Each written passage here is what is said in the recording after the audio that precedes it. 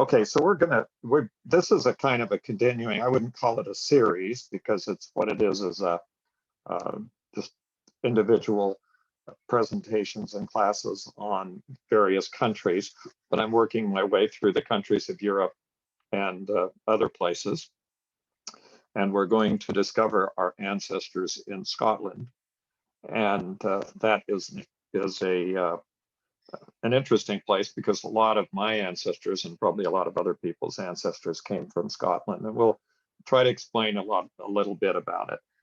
Before we get started, we need to go through the exercise here of Scot versus Scotch versus Scottish. Anyway, I'm not going to try to do a fake accent. That's not really very funny. But anyway, the answer to this is easy, but it's not as simple as you might wish it to be. It's just not that simple. This first one, and the rule is that whichever form you choose, it'll probably be wrong to somebody because nobody agrees uniformly with this. Despite what happens when you use one of these words supposedly incorrectly for an individual, you'll find other people that don't think that's correct and they will disagree and back and forth. I did some research, by the way, all the way back in the Oxford English Dictionary and got all as far back as it was in history. And they're sort of interchangeable. Now, part of the problem is we do have a problem with some names of some products, and that is that Scotch, meaning the drink, the alcoholic drink, and Scotch tape and things like that, and those have confused things immeasurably. But Scottish is normally an adjective. Scot is a noun for somebody from Scotland, and Scotch is a derived adjective that only applied to very specific products. Okay, so you can kind of ignore Scotch, which is probably the most common one that's going to come to mind, and you can use Scot or Scottish either as a noun or as an adjective. So that's the rule. Be it what I may say, what I just said is that there's some disagreement over how that all works anyway. So we have Scottish immigrants to America, and they began, and it's the 5th largest immigrant population with over 5 million people who came from Scottish background to the United States, America, and even back in the colonies. So it's very likely, if you live in the United States, that you will have Scottish ancestors, and in many other countries of the world. They're spread out all over the place. So it's not just here, but Canada, there's a sizable population in Canada. A lot of people from Scotland went to other parts of the world.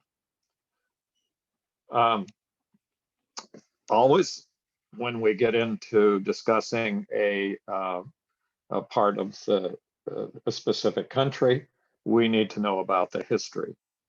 Had a conversation with my daughter, who is an excellent genealogist and does lots and lots of research and does it is very consistent. And she and other members of my family have emphasized that without knowing the history, you're basically lost with determining whether you've got the right person in many cases. The basis of this particular principle is that many people have the same name. Now, I can remember when I was very young, I believed I had a kind of a unique name. Nobody I knew was named, actually nobody I knew was named Tanner, and nobody I knew was named James Tanner. And so then I got into life, and the first time I remember is driving into Arlington National Cemetery outside of Washington, D.C., there in Virginia, and seeing a large tombstone with the name James Tanner printed on it. Well, that kind of woke me up to the fact that my name probably wasn't unique.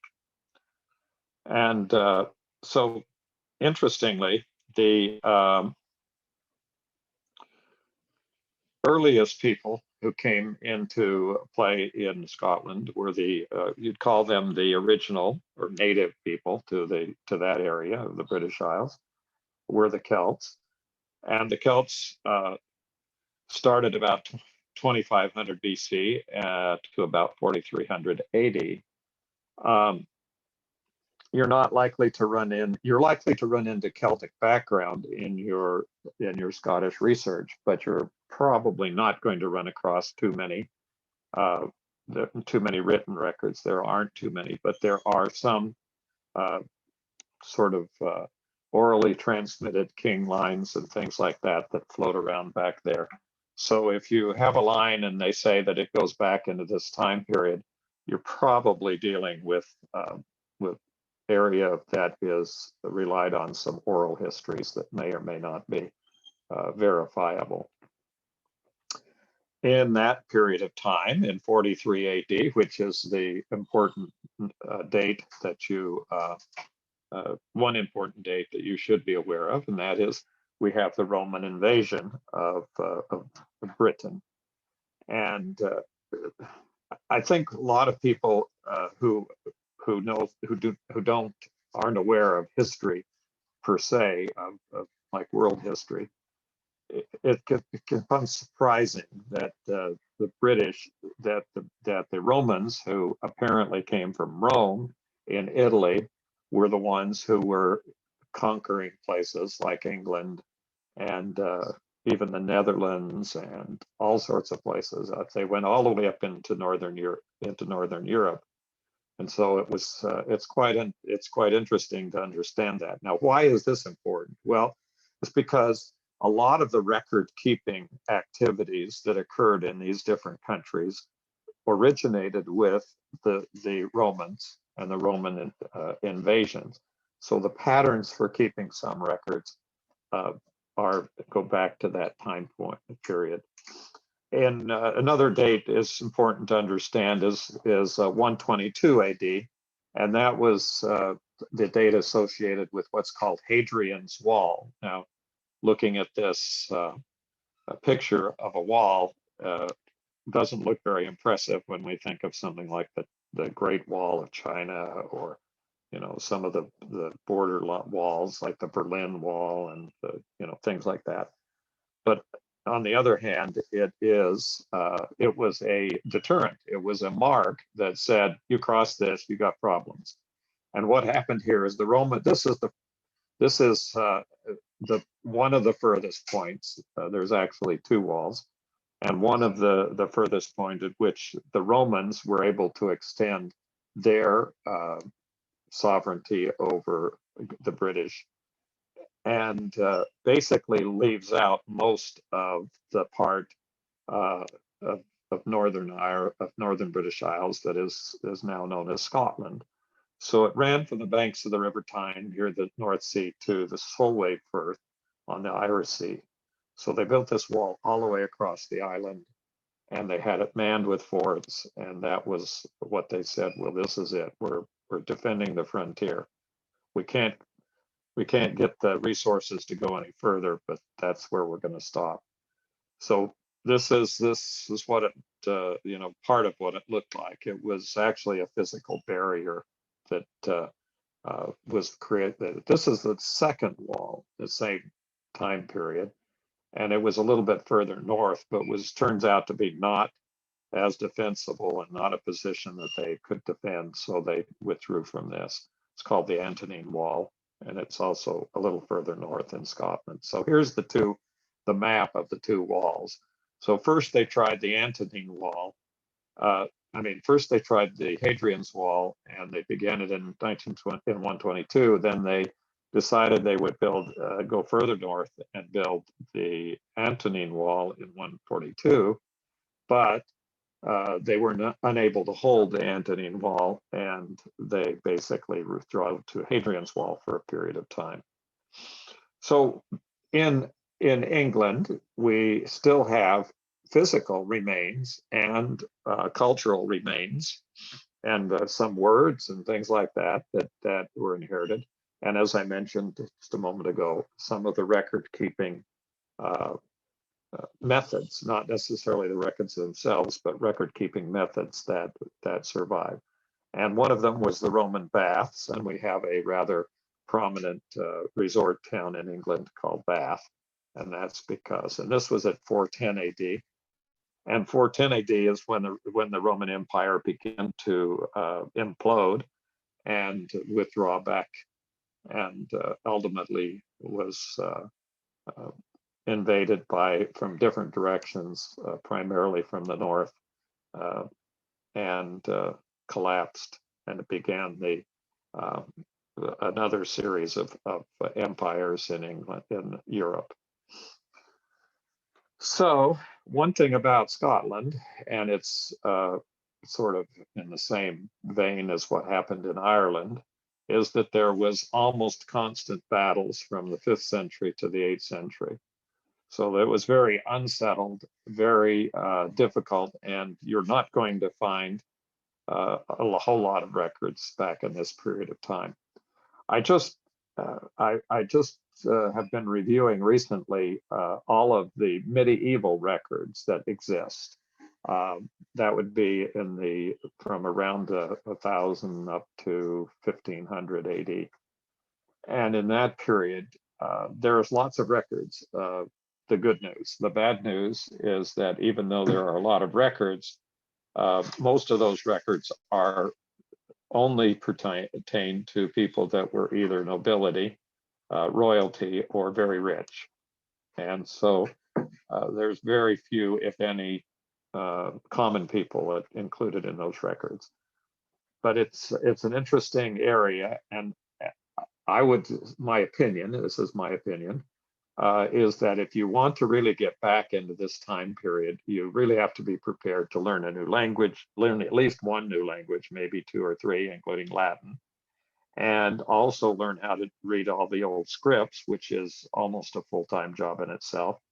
And then you need to know enough history, and know enough about the records that you could easily spend the time it would take to get a full degree at a major university, just to get enough information to begin to understand and read and be conversant with the records that existed in that time period. So it's kind of a steep learning curve. I don't discourage anybody. I think if you want to go into that area, that I would suggest that you start getting a history degree and focusing on medieval European history, and that would then give you the information. Now, that isn't what you need to know to do research after that period of time. The cutoff date is basically around 1550 AD. The next wave of people that came into Scotland were the Vikings from the Scandinavian area, and they were dominant from the 8th to the 9th centuries. They left a lot of words. They left a lot of words in the English language. We have a lot of things that date back to that time period. And they also, it's hard to understand. We have sort of a very iconic way of looking at Vikings with, their kind of horns on their heads, and they've got these big swords, and they ride around in these fast boats and stuff like this. We don't realize that they sailed all the way down into the Mediterranean Sea and all the way down the coast of Africa. They may have even rounded the Cape and gone up into other parts of the world.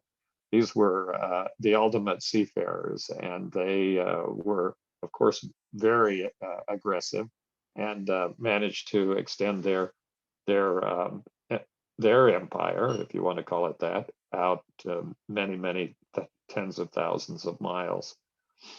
Well, that fighting that I mentioned in Scotland continues into the 12th century, and so you've got some of the things that are important, and this is one of the monuments that was constructed back in that time period. This is to commemorate the Battle of Renovo, which was fought in 937 between Athelstan, King of England, and an alliance of Olaf Gustafsson, King of Dublin, and Constantine, King of Scotland, and Owen, King of Strathclyde. Okay, well, this is the kind of thing that we are facing when you get back into this time period, is is to begin to separate all this out. Now you have the Treaty of Filet, and the Treaty of Filet was very important for all of what we learn about this, and it really is where you start to have a time period where it's conceivable that you could do some genealogical research that wouldn't take, a full university degree to get started. This is a treaty that was done in 1174 between William I, the King of the Scots, and Henry II, the King of England.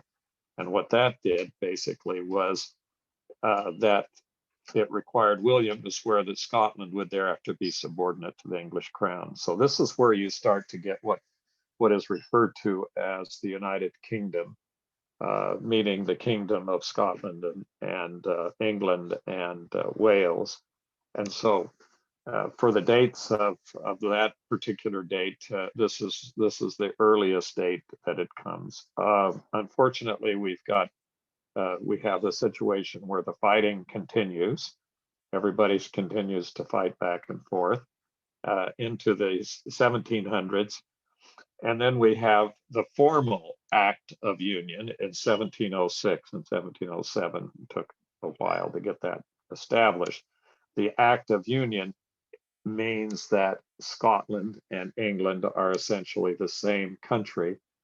They have separate, it's two separate governments that consider themselves to be the same country. How's that for an interesting situation? But, and if you watch a lot of British TV, you'll understand what I'm talking about. So the Act of Union is the official beginning of what we would call the United Kingdom.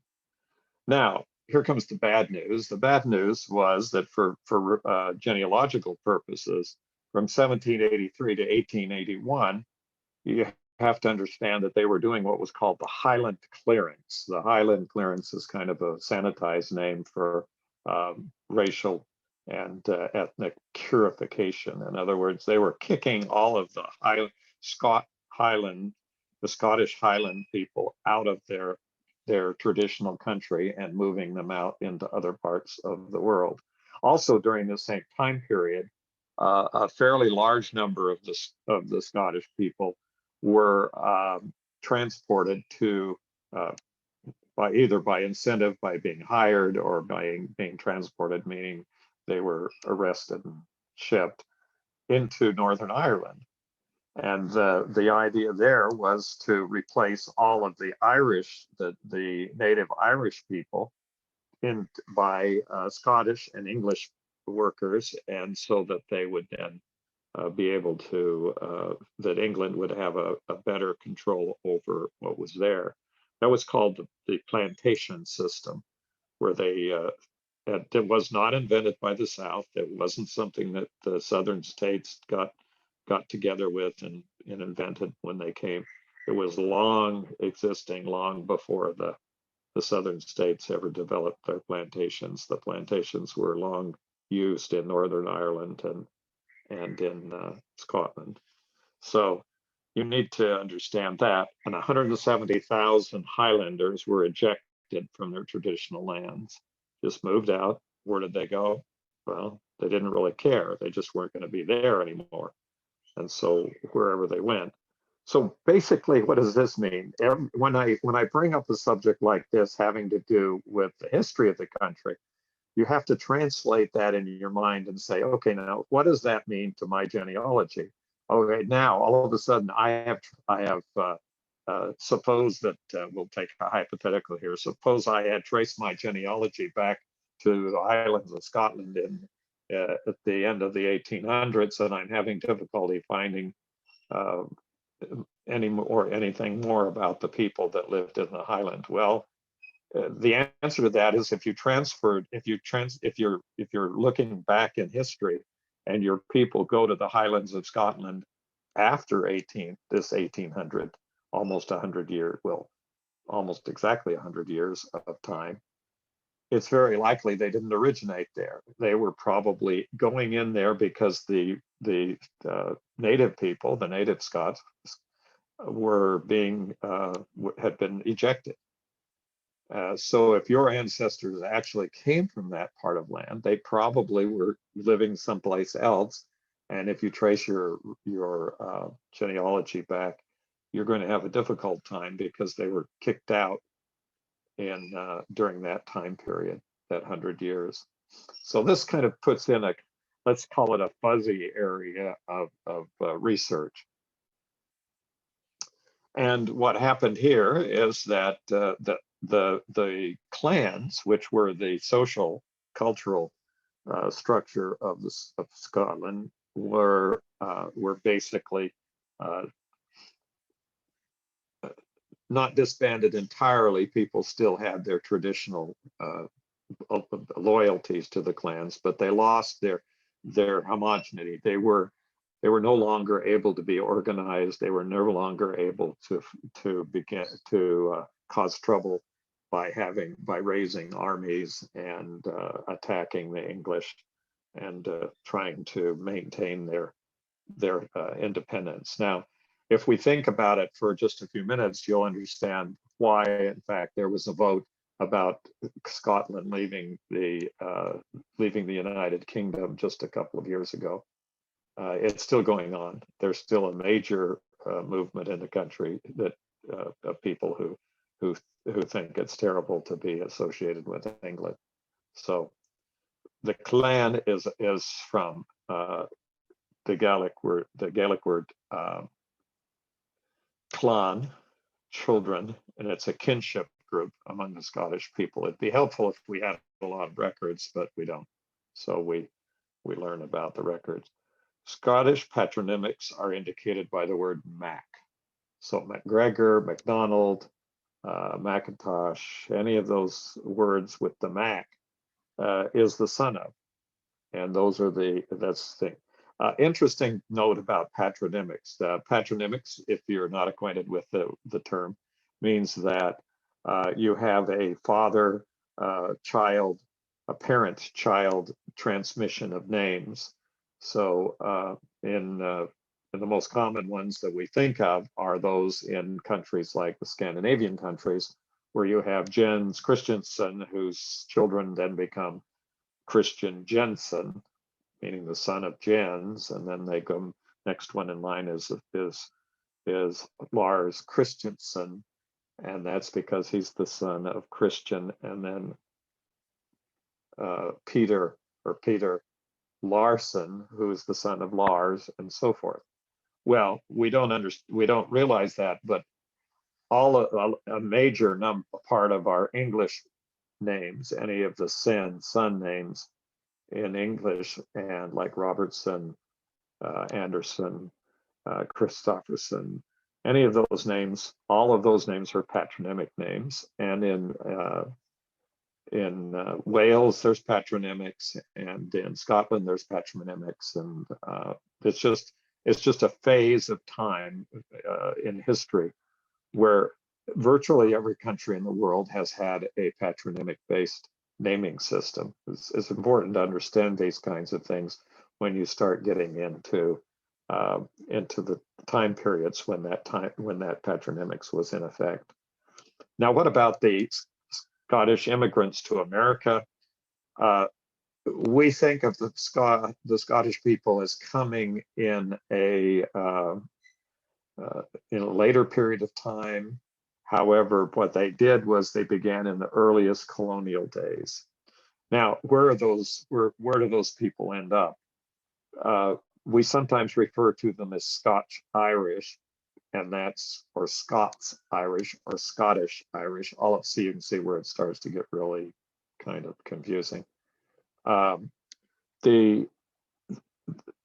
As I mentioned a moment ago, the British plantation system from English-based plantation system in Northern Ireland gave a lot of incentive to the Scots to immigrate from Scotland to Ireland, and then they got there and they got abandoned in a sense, and then the famines came along, and the potato famine, and so they all moved to America. So we've got, although we call it Scots-Irish here, that particular wave of people began very early. There's not even, it's not really associated with any particular historical event. But in the 1690s, failed harvest increased immigration to America. And also in 1717, the Transportation Act forced criminals and rebels to America. We often think of the Australians. If you know even a little bit about Australia, there's they have a history of being the criminal dumping ground for England for many years, and it's coming up in one of the classes. We'll talk about Australia and the time periods when all that happened. But we ignore the fact, and actually in Australia they make a big deal of it, and they are actually proud that their ancestors were criminals and came to Australia as criminals. And then they became free, of course, as they worked their way out of their servitude under their criminal law and prospered in Australia. Well, in the United States, we hide that fact. We don't want to acknowledge that a sizable percentage of the people who came to America did not come for religious freedom, did not come because they wanted land, but came here because they were arrested for some criminal infraction in England or Scotland or Northern Ireland or Ireland and shipped to America because that was one of the other places where the prisoners were sent. Okay, well, hopefully this is helpful because everything that I'm saying translates into something that is going to create a question and also create a something that you might that might be a difficulty in and needs to be overcome when you're doing research back into lines of ancestors who came from these countries.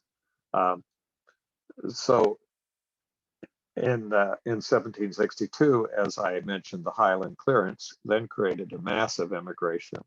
So that's when you start getting huge numbers of these people. Where did they go? Well, they lived in the Highlands, which meant some very rugged hills, and and many of those people who came to America did not live on the coast. They weren't fishermen. They were Highlanders, so they just kept going inland until they hit some mountains, and they lived in the mountains. And we refer to these people sometimes by sort of names that are not appropriate, but some of us call them those people who lived in the Adirondacks and the other Appalachian Mountains.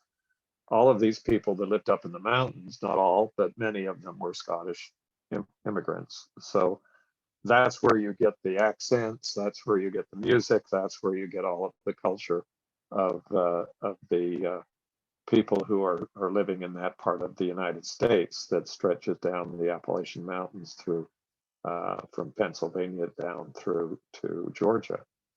So that's those mountains, those people in eastern Tennessee and Kentucky and up in North Carolina and South Carolina and all those people back up in the Highland countries.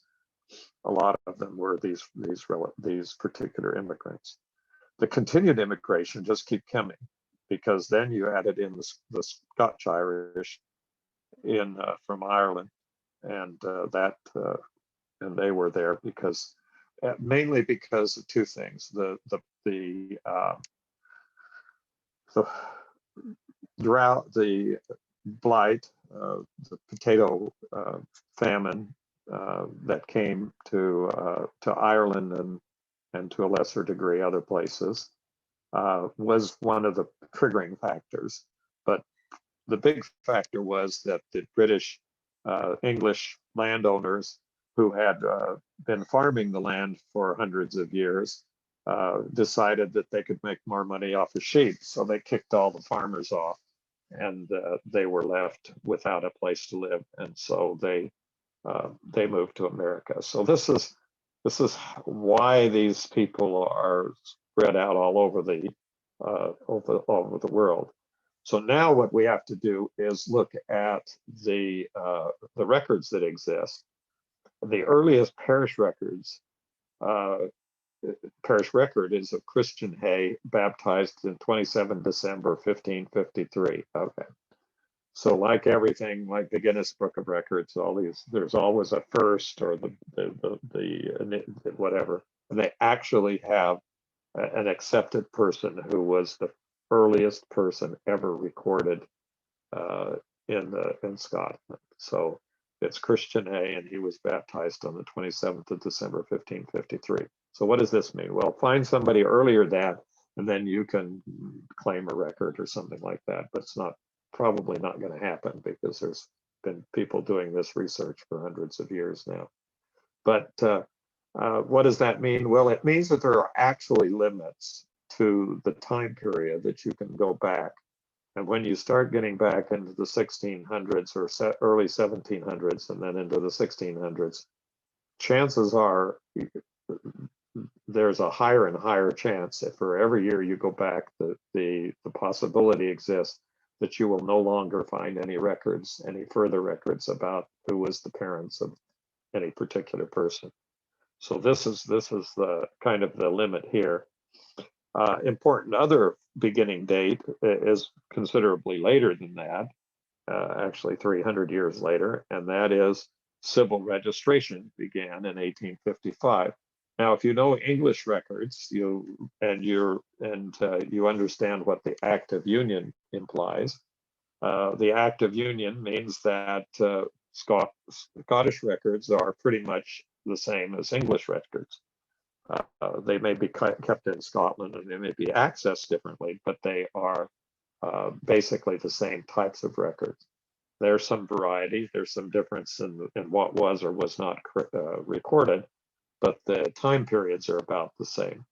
So we have Scotland births and baptisms essentially from around 1564 up to 1950, where they cut off because of privacy and other limitations. So this is kind of the time period, the rough time periods.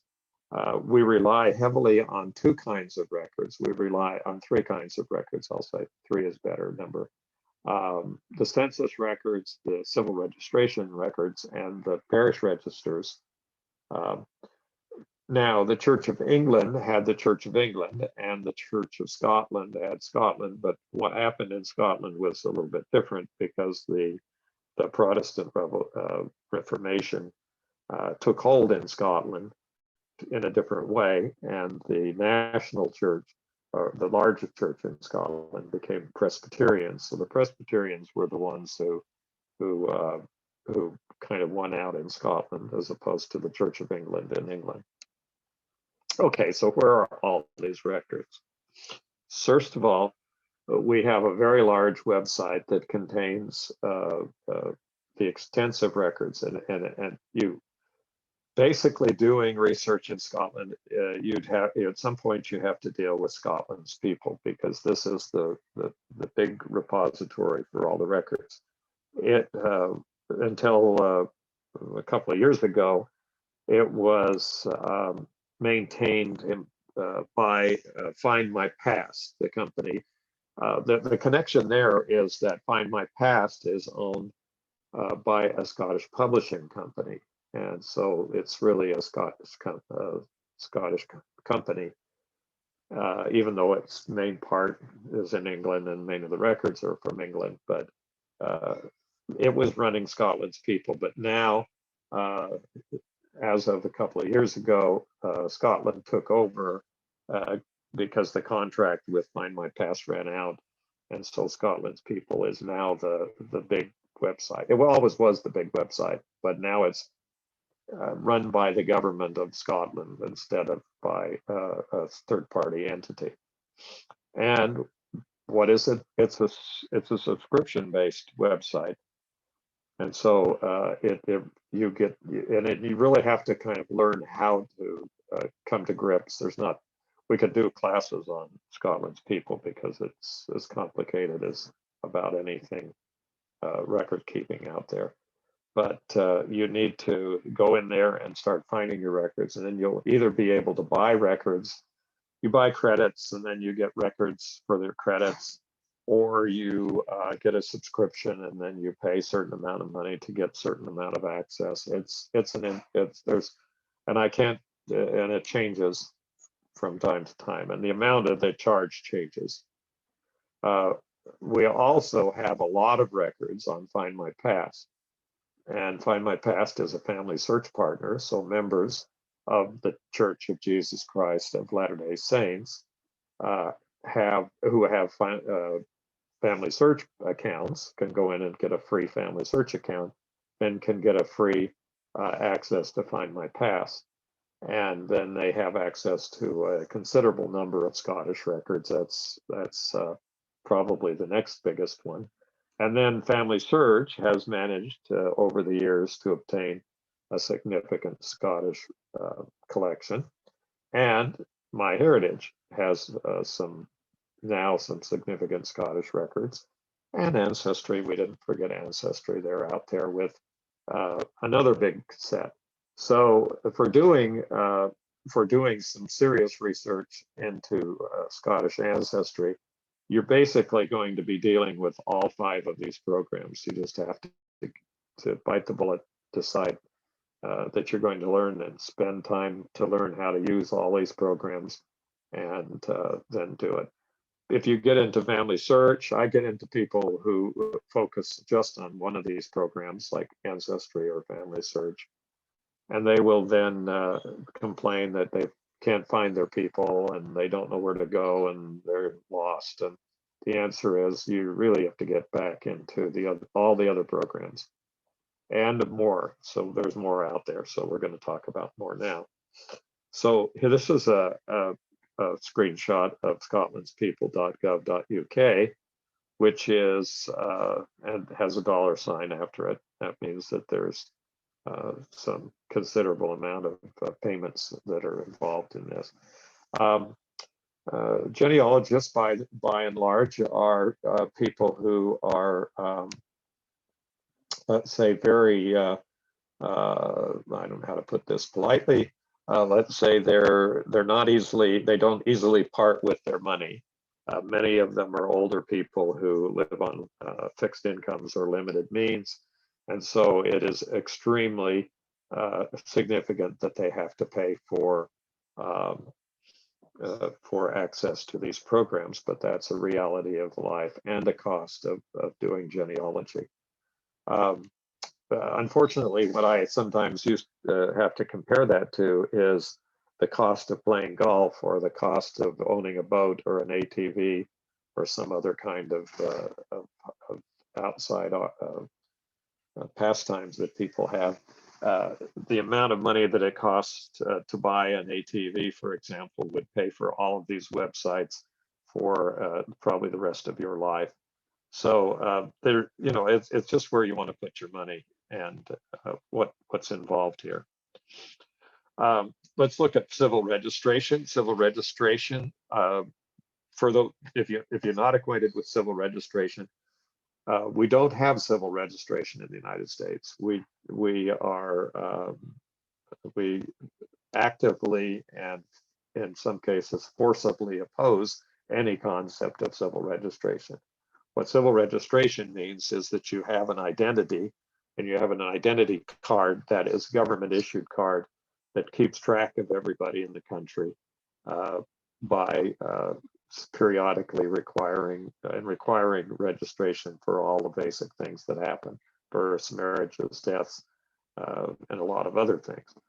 So civil registration began in January 1st, 1855 in Scotland, and also in England, and also in Wales. So you can begin to use this. What this does is it expedites your ability. It's like having a directory of all the people who live in the country. And in the United States, of course, you would find people that refuse to participate in the census or tried to avoid being found and things like that. Well, If that was the case in Great Britain, you would probably end up in jail. So you're not, and you would be then very much identified because they would know who you were and they would track you through the penal system. So you're basically going to have as uniform and as complete. Now, what's the problem with it? Well, the problems are the problems with all of handwritten records, and that is that not all the information is correct, not everything is legible, and some things are just simply not represented correctly. So you have birth, marriages, and deaths in every parish in Scotland registered. And in 2002, Scotland's people went online, and that gave the ability to research these records. So what about the Scotland Census? This is records for tax and representation purposes. It began in 1801, but the 1801 census through 1831, every 10 years, were just do not give names. It's just a count of the number of people that were involved. That was what they were interested in. And most of those forms do not survive. In 1841, and every year thereafter, except for the years that we'll note, the census records were taken of all of the members of every family. And actually, if you get to know English and Scottish research in Wales also, and look at the census records, you find out that they're much more, they're considerably more valuable than the United States Census records, because they usually tell the exact place where the person was born, not just Italy or Canada or Mississippi or something like that.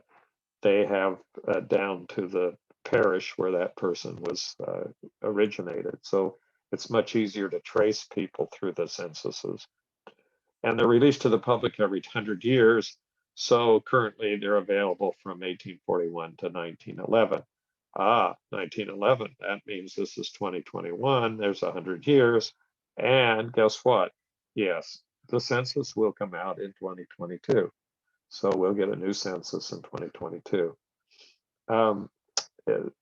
The bigger companies make a big deal of this because they make money off of people subscribing to their website and using it. But generally speaking, if your ancestors really were in the 1911 census, and that's the people that you're looking for, there's only a few times. It's not really significant as far as research, unless you happen to can't get back at all because somebody ended up in the country after 1911. So that's really the importance of the new census coming out. It provides names, ages, relationships, occupations, and residence. The occupations are extremely useful also because people with the same name can often be differentiated by looking at their occupations. Okay. In 1552, these are the Parish Registers. In 1552, the General Provincial Council of Scotland ordered the parishes to keep registers of baptisms and marriages, and they started in 1553. So the 1560s, the Catholic Church was abolished, and the Presbyterianism is where it started to grow. So you're going to get, if your people were Catholics, you sometimes have a really difficult time finding them, and unless they converted over to the Protestant churches. In 1564, the earliest known blotter registers were kept, and these were more specific records. And then in 1600, the calendar changed, and the year began in January 1st. So it's kind of what I was saying earlier. Genealogical research, if you put it on a curve, starts out fairly easy going back. When I say fairly, I mean relatively easy, going back into the 1800s. And then the curve begins to climb in the difficulty until you get back to the 1550s, and then you are sort of out there. That's kind of the end, and it's straight up because of the difficulty. Church and cemetery records. So in 1603, James VI of Scotland, Queen Mary's son, became James I of England. Okay, now they've got to switch back. The way that the kings were working, the king of England and Scotland became the same person. So that was how it kind of came together. And the church government was established in Scotland in 1606, and laws were passed requiring the ministers to keep the registers. So a series of laws for the church and cemetery records begin sort of uniformly in about 1636 to in that area. And then the 1690 is when the Church of Scotland, the Presbyterian Church, was established permanently. So now we have a whole bunch of different acts. These are things that you should look for. The advantage of having these now recorded, these classes, is that you can now go back and see these online and get all of this information. And here's what I suggest in these kinds of things is go look it up so that you can understand what you have. So between 1733 and 1843, the established church, there was a lot of people that didn't like it, so they called themselves nonconformists or secessionists, and they may have been Presbyterians, but they came up with other denominations. And then from 83 to 93, there was a tax on all the parish registers. So there's another problem with getting them corrected. And then there were neglected entries. So 115 parishes kept registers from about 1810 to 1855. And there's what this is telling you, and without going into long involved details here, is that you're going to need to know this in order to determine whether or not you're looking for something that is not there. In other words, what we're saying here is that there were breaks in the records, and there's all these different time periods where you may or may not be able to find parishes and records during this particular time. So a quo sacra parish, for example, is a parish of the Church of Scotland, which is not a civil parish. That is, it has ecclesiastical functions, but no local government function.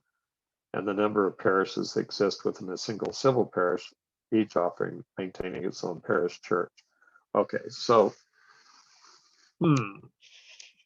so to make things cute, to kind of straighten out this particular explanation, is that there were civil parishes, they use the same term, and church or ecclesiastical parishes, and they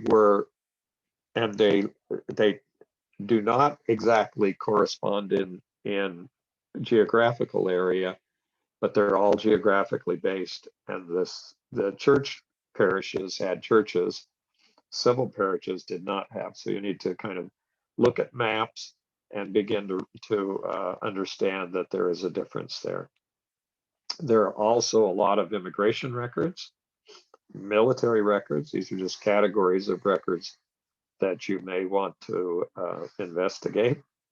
And in 1707, the governments and militaries of England and Scotland are united. So you're going to find Scottish military records commingled with the English records in the same unit. They'll have units that were under the military records. So when you start to go to the archives in England, is where you can begin to get the military records that you would not necessarily be the same, not be represented by military records in Scotland. So the records were united. Probate records and wills. they go back little bit further than parish registers, but understanding that very few people owned property. The king owned all the property, and he gave, and under the feudal system that that kind of carried over even until present days. So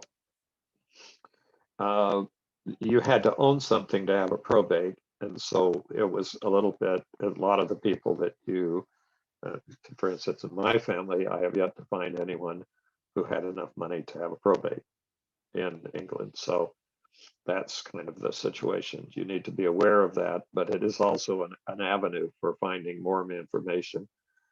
Whenever I say, well, the parishes ended in whatever year, someone always comes back and says, we'll look at the probate records. So we do. That's what genealogists do. Maps are important, and surprisingly, newspapers go way back in time, and there are now getting to be some very sizable digital collections of newspapers in the United Kingdom. So I would, all of those areas are things that you should be looking at. And this is the rule here is just to keep looking and searching and learning. Start with a simple history of the country. Start with some of the things that would be, learning the geography, learning about the places, the names, and the history, and then going back through and learning about each of these records. And that's one of the things that we can learn about with Scottish. Thanks for watching.